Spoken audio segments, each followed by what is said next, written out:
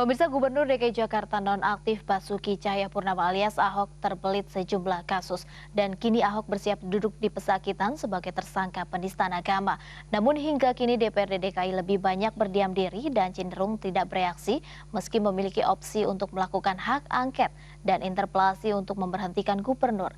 Dugaan publik pun menguat bahwa DPRD DKI Jakarta tersandra berbagai kepentingan dengan mitra kerjanya.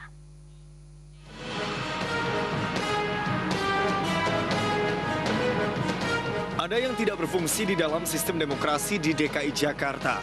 Anggota-anggota DPRD DKI Jakarta diam seolah tidak mengerti bahwa ada tugas penting untuk mengawasi pemerintahan. Contohnya terkait posisi Gubernur DKI Jakarta Basuki Cahayapurnama alias Ahok. Berbagai survei menyatakan tingkat kepercayaan publik terhadap Ahok menurun drastis. 7 lembaga survei menyatakan keterpilihan pasangan Basuki Cahayapurnama dan Jarot cenderung menurun. Persentase rata-rata keterpilihan Ahok Jarot tinggal tersisa sekitar 27 hingga 30%.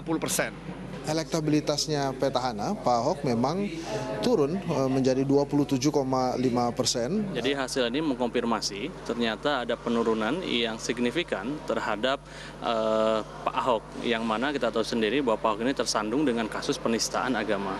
Oke. Jadi kesimpulan secara umum survei ini satu, tren petahana turun. Yang kedua di saat yang sama penantang trennya naik, baik itu Pak Agus maupun Pak Anies. Di samping itu ada sejumlah kasus di mana Ahok harus berulang kali memberikan keterangan. Terakhir Ahok berstatus sebagai tersangka dan akan menjalankan sidang perdananya. Mengacu pada keadaan itu, DPRD memiliki amunisi seperti yang diatur dalam ayat 1 pasal 85 Undang-Undang tentang Kepala Daerah, bahwa DPRD memiliki opsi melakukan hak angket dan interpelasi. Dan hak angket itu kepada hak menyatakan pendapat, yaitu menyatakan pendapat misalnya untuk memberhentikan gubernur. Sekarang kok diam gitu? Harusnya sebagai representasi masyarakat, dia harus proaktif gitu loh. Ini hal sudah diinterpelasi harusnya.